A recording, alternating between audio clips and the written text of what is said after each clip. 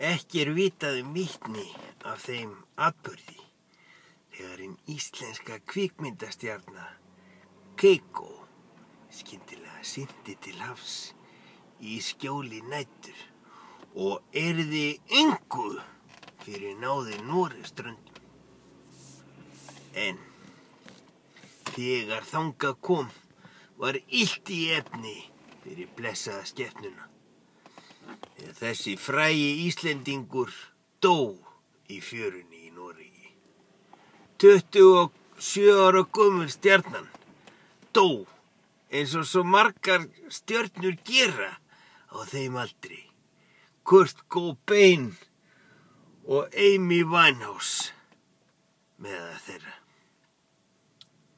En frændur okkar og vinir Norðmenn sýndu þessum Íslendingi ekki viðeigandi virðingu.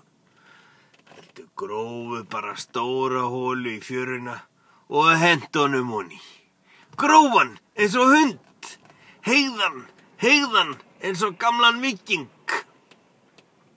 Keikó, beinina Keikó, hefði átt að fara á safn. Það sita beinin í sýru og síðan á safn.